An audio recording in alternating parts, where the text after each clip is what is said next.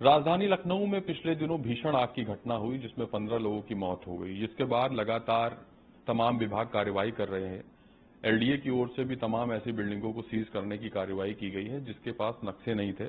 वहीं chief fire officer की team भी लगातार लखनऊ में कार्रवाई कर रही है। जहां पर फायर एनओसी नहीं है या फिर जहां पर फायर के उपकरण नहीं है उनके खिलाफ कार्रवाई की जा रही है। क्योंकि ये एक बड़ा चैलेंज है लखनऊ में, क्योंकि जो बड़े पैमाने पर लगभग 4000 के आसपास कोचिंग है, व्यावसायिक संस्थान है जो हजारों की संख्या में है, उनके पास नक्शे नहीं है। ऐसे में अगर लगातार कार्रवाई होती रहेंगी तो फिर वो संस्थान बंद हो जाएंगे। इस व्यवस्था को किस तरीके से बेहतर किया जा सकता है, कैसे कार्यवाही के साथ साथ नॉर्म्स के तहत बिल्डिंगों को ठीक किया जाएगा और लखनऊ की व्यवस्था को बेहतर किया जाएगा, इस पर बातचीत करने के लिए हमारे साथ एलडीए वीसी प्रतिनिधि जी हैं जिनसे हम बातचीत करेंगे और समझने की कोशिश करेंगे। सर, आपका हमारे चैनल में बहुत बहुत स्वागत। जी धन्यवाद। सर, सबसे पहला मेरा सवाल ये है कि जिस तरीके से अभी आप लोग कार्यवाही कर रहे हैं और राजधानी लखनऊ में बड़े पैमाने पे जो रेजिडेंशियल भवनों में कॉमर्शियल एक्टिविटीज हो रही हैं उन पे आप लोग लगाम लगाने के लिए एक्शन ले रहे हैं, लेकिन सर एक सवाल ये भी है कि जब बड़े पैमाने पे ऐसा हो रहा है लखनऊ में, तो क्या कुछ राहत आने वाले दिनों में मिलने वाली है इन संस्थानों को? क्या कोई अभियान चला के आप इनको नक्शा पास करने के लिए इजी मेथड उपलब्ध कराएंगे? जी देखिए, हम लोग कार्रवाई के अलावा जैसे जो इस घटना के बाद माननीय मुख्यमंत्री जी के निर्देश थे, कार्रवाई के साथ साथ हम लोग जागरूकता के भी काम कर रहे हैं। हमने होटल वालों के साथ, कोचिंग वालों के साथ, प्राइमरी, प्री प्राइमरी, इन सब एजुकेशन वालों के साथ हम लोगों ने अलग अलग लेवल पे मीटिंग की, अलग अलग राउंड्स पे बैठक की उन लोगों के साथ में जो माननीय मुख्यमंत्री जी के और शासन के निर्देश थे कि जनपद स्तर पे एक ज्वाइंट टास्क फोर्स बनाई जाए। तो फायर वालों के साथ, इलेक्ट्रिकल सेफ्टी वालों के साथ, पुलिस प्रशासन के साथ, डीएम साहब के द्वारा नॉमिनेटेड लोगों के साथ, इन सबके साथ हम लोगों ने ज्वाइंटली विजिट किया है जगह जगह। सीलिंग के अलावा हम लोग सीलिंग तो वहां कर रहे हैं जहां बहुत गंभीर अनियमितताएं मिल रही है, जहां बेसमेंट में ऐसी चीजें मिल रही हैं कि कोई हादसा हो सकता है। उसके अलावा हम लोग जो है नोटिस भी दे रहे हैं लोगों को जागरूकता भी कर रहे हैं। तो कार्रवाई तो एक पहलू हुआ।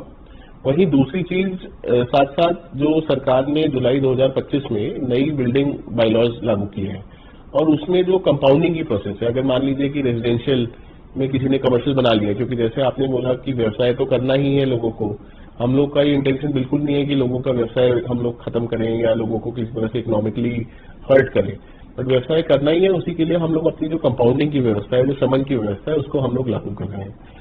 जब से ये नई नियमावली आई है हम लोगों ने 500 से अधिक घरों में शमन कराया है, उनका हम लोगों ने कंपाउंडिंग का मैप पास किया है और उन सब का जब हम कंपाउंडिंग का मैप पास करते हैं तो हम ट्राई करते हैं कि उनके फायर नॉर्म्स पूरे हों।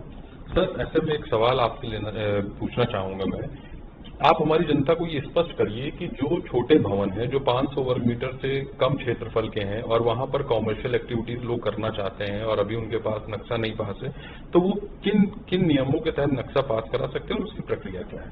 देखिए, कमर्शियल एक्टिविटी करने के लिए रोड विड्थ का डिपेंडेंस है, प्लॉट साइज से अब डिपेंडेंस उतना ज्यादा नहीं है।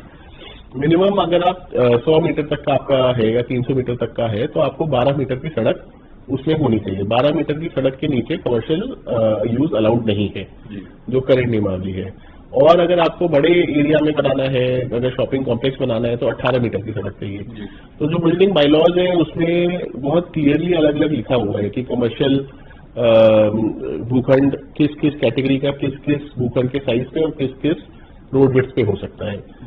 तो और ये एलडीए की वेबसाइट पे भी उपलब्ध है और साथ के साथ कोई हम लोग इसके बारे में जागरूकता भी करते रहते हैं। फ्लायर भी हम लोगों ने बनाए हैं, न्यूज़पेपर में ऐड भी दिए हैं। जो इसमें बस ध्यान रखने वाली बात ये है कि आप बिना अनुमति के नहीं कर सकते हैं। अगर आप, क्योंकि रेजिडेंशियल मकान है उसमें अलग लोड फैक्टर रहता है, उसमें डेंसिटी कम रहती है।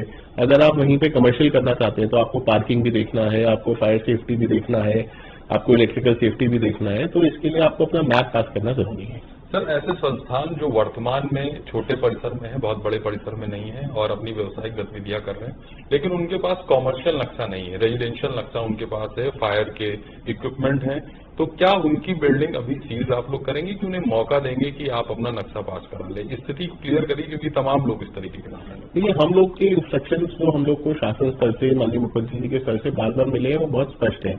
जहाँ बहुत गंभीर अनियमितताएं हैं, जहाँ पर तुरंत आगजनी की घटना हो सकती है और जनहानि का नुकसान हो सकता है, वहां पर तो हमें सीलिंग की कार्रवाई करनी पड़ेगी। परंतु हम लोग का प्रयास ये है कि हम लोग पहले नोटिस दें लोगों को, पहले जागरूकता करें और उसके बाद ही कार्रवाई करें। हम लोगों ने इसके बारे में फर्स्ट ऑर्डर्स भी किए हैं सारे जोनल ऑफिसर्स को कि पहले लोगों को धारा 27 जो अर्बन प्लानिंग की एक्ट का है उसके तहत नोटिस दें। सामान्य नोटिस भी दिए जा रहे हैं लोगों को, क्योंकि एक तरह से इसका पालन करना लोगों का ही फर्ज है।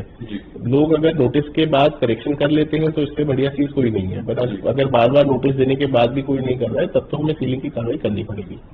सर, ऐसे व्यवसाय जो लगातार राजधानी लखनऊ में हो रहे हैं, उनको क्या नक्शा पास कराने के लिए कोई अभियान राजधानी लखनऊ में शुरू होगा? क्योंकि आपने बताया कि हम अभी लोगों को जागरूक करने के लिए प्रयास कर रहे हैं और ये बड़ी समस्या है, लोगों को नियमों के बारे में जानकारी नहीं होती, इस वजह से भी कई बार लोग समय रहते कार्रवाई नहीं। तो क्या जागरूकता के साथ साथ कोई अभियान चला के लोगों के नक्शे पास भी कराएंगे? देखिए, हर सैटरडे को हम लोग अपने यहाँ पे सिंगल टेबल क्लियरेंस डे करते हैं और साथ में मानचित्र दिवस का आयोजन करते हैं। पूरी ऑनलाइन व्यवस्था हो गई है इस समय, ओबी पास है, फास्ट पास है, दोनों सॉफ्टवेयर है जिसके माध्यम से मैप पास किए जाते हैं। जो पिछला फाइनेंशियल ईयर था उसमें हम लोगों ने 4000 से अधिक नक्शे पास किए, जबकि प्रतिवर्ष जो है 2000 के आसपास नक्शे पास किए जाते हैं। तो नक्शा पास करना हम लोगों ने सरल भी किया है। नक्शा पास करने के लिए जो ऑब्जेक्शंस लगते थे उनको भी हम लोगों ने कम किया है। हम लोगों ने प्रयास किया है कि जितने से ज्यादा आसानी से हम लोग मैप पास करें। उसके साथ साथ एलडीए में हम लोग आर्किटेक्ट्स भी पैनल कर रहे हैं, जो स्वयं अगर कोई आदमी अपना नक्शा नहीं पास कर सकता है तो वो उनके नक्शा बना नहीं पा रहा है तो हमारे आर्किटेक्ट ही उनके लिए मैप बना देंगे और उनसे मैप पास कराएंगे। परंतु आपके माध्यम से मैं यही अपील करना चाहूंगा कि ज्यादा से ज्यादा लोग ऑनलाइन संपर्क करें एलडीए से, फास्ट पास की वेबसाइट पर जाएं।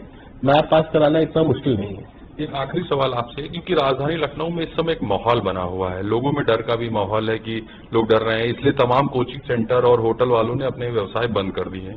आप कह रहे हैं कि उनको मौका दिया जाएगा, तो एक तो क्या कहना चाहेंगे ऐसे लोगों से? दूसरी चुनौती आपके साथ यह है कि व्यवसाय भी प्रभावित ना हो और ऐसी घटनाएं दोबारा ना हो, तो ऐसे में क्या प्लान है आपके पास और क्या मैसेज देना चाहेंगे? देखिए, मैं फिर वही बात दोहराऊंगा कि ये ना तो एलडीए का, ना प्रशासन का, ना शासन का, किसी का भी ये मोटिव नहीं है कि हम लोग को कोई व्यवसाय बंद करना है।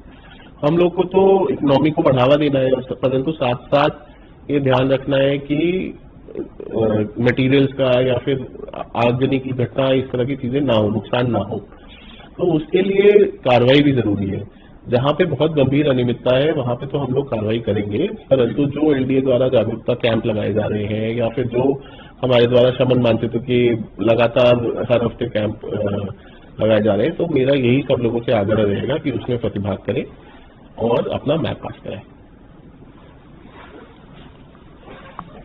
तो आपने सुना लखनऊ एलडीए वीसी प्रथमेश जी को, जिन्होंने स्पष्ट कहा कि किसी को घबराने की जरूरत नहीं है, हम सिर्फ वहीं पे कार्रवाई कर रहे हैं जहां पर अभी त्वरित आग की घटनाएं होने की संभावना है, यानी कि जहां पर ऐसी व्यवस्थाएं नहीं है कि आग पर तत्काल काबू पाया जा सके। इनका बिल्कुल स्पष्ट तौर पर यह भी कहना है कि हमारा ये उद्देश्य है कि राजधानी लखनऊ में जो व्यावसायिक एक्टिविटीज हैं वो जारी रहें, लेकिन इस बात का ध्यान रखना है कि हमारे साथ किसी तरीके की दुर्घटनाएं ना होने पाए, ये भी सुनिश्चित किया जाएगा। वीडियो जर्नलिस्ट विजय के साथ मैं प्रशांत मिश्रा, ईटीवी भारत, लखनऊ।